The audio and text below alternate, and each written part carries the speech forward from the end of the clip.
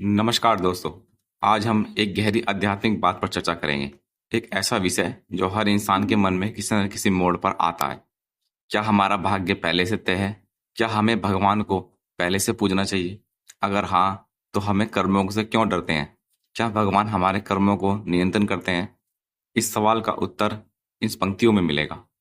भाग्य का मतलब है भगवान जानता है कि इंसान आगे क्या करने वाला है, पर उसके कर्मों में कभी हस्तक्षेप नहीं करता। यह वाक्य जितना सरल लगता है उतना ही गहरा भी है। आइए जानते हैं इस पूरे विचार को 6 भागों में। भाग्य।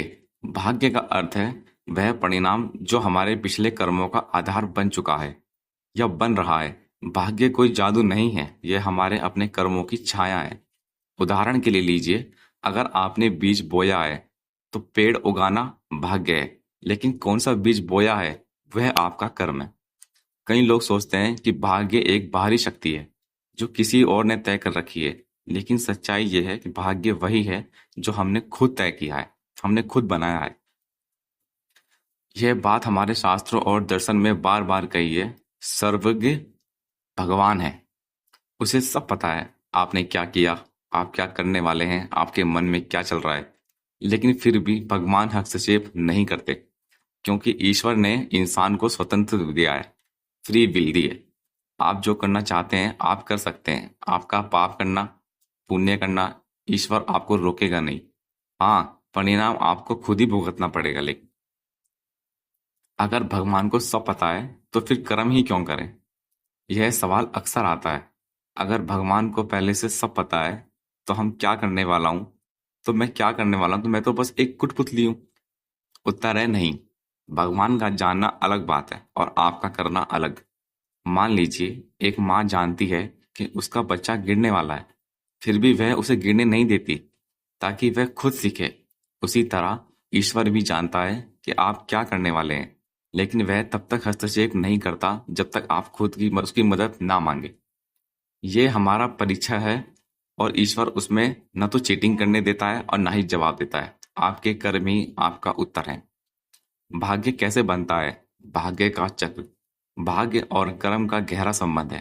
कर्म जो आप करते हैं, संस्कार जो आपके अंदर बसते हैं, प्रभाव जो आपके जीवन को आकार देते हैं, फल जो भविष्य में लौटता है, और यही फल बन जाता है भाग्य। उदाहरण के लिए लीजिए, आप रोज मेहनत करते हैं, ईमानदारी से काम करते हैं, कुछ सालों बाद आपको सफलता मिल जाती है, तो लोग कहेंगे इसका भाग्य बहुत अच्छा था। लेकिन हकीकत यह है वो भाग्य आपके कर्मों से बना है। क्या भाग्य बदला जा सकता है? हाँ। सबसे दिलचस्प बात सवाल यही है। उत्तर है हाँ, बिल्कुल। भले ही भगवान को सब पता हो कि आप क्या करने वाले हैं, लेकिन जब आप सचेत रूप से सही कर्म करने लगते हैं तो आपका अपना भविष्य बदल सकते हैं। महाभारत में अर्जुन को श्री कृष्ण ने यही ज्ञान दिया था, लेकिन युद्ध उसे खुद ही लड़ना पड़ा। भगवान जानते थे क्या होने वाला है, लेकिन उन्होंने अर्जुन के कर्म में हस्तक्षेप नहीं किया। जब अर्जुन ने सही मार्ग चुना, तब भगवान ने उसका जीवन दिशा बदल दी। इसलिए भाग्य तय हो सकता है, पर कर्म से बदला जा सकता है। निष्कर्ष। सवाल क्या है? इंसान स्वतंत्र है, कर्म ही जीवन का मूल्य है। मानव जीवन का सबसे सुंदर पहलू यही है कि हम भगवान नहीं हैं, लेकिन हमें भगवान जैसा एक गुण मिला है, निर्णय लेने का, फैसला लेने का। हम हर पल चुनाव करते हैं, हर पल कर्म करते हैं, और हर कर्म में हम एक नया भाग्य बनाते हैं। भगवान को सब पता है क्योंकि वह समय से परे है, लेकिन वह हस्तक्षेप नहीं करता क्योंकि वह आपके आत्मविश्वास और बाधा नहीं बनना चाहता। यही जीवन का एक स्कूल है। भगवान एक प्रिंसिपल है, वो देख रहे हैं कि सब कुछ जानते हैं, लेकिन परीक्षा हमें खुद ही देनी होती है। समापन। हमें डरना क्यों चाहिए? नहीं, बिल्कुल नहीं। अगर आप सच्चे हैं, मेहनती हैं, ईमानदार हैं, तो भगवान आपके ज्ञान के लिए एक आशीर्वाद है, ना कि डर। भगवान आपकी नियति जानता है, लेकिन आपको आपके कर्म की आज़ादी है। तो इसलिए दोस्तों, अच्छे कर्म कीजिए, दूसरों की मदद कीजिए, डरिए मत, सीखिए और सुधार कीजिए। भगवान पर विश्वास रखिए क्योंकि वह न्याय करता है। और सबसे महत्वपूर्ण बात, सबसे जरूरी बात, जब तक सांस है तब तक कर्म का मौका है। हर दिन अपने भाग्य को एक नया आकार दें।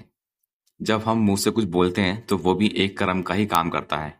चाहे हम किसी को कुछ गलत बोलें तो हमें उसकी भी सजा मिलेगी, और हम किसी को अच्छी बात बोलें तो उसका फल भी हमें मिलेगा।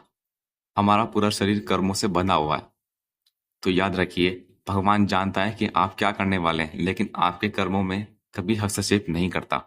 आपका जीवन, आपकी दिशा, आपके निर्णय सब आपके हाथ में है। इसी में छुपा है ईश्वर का न्याय और इंसान की स्वतंत्रता। अगर ये वीडियो आपको पसंद आया हो तो वीडियो को लाइक कीजिए, शेयर कीजिए और चैनल को सब्सक्राइब जरूर कीजिए। धन्यवाद।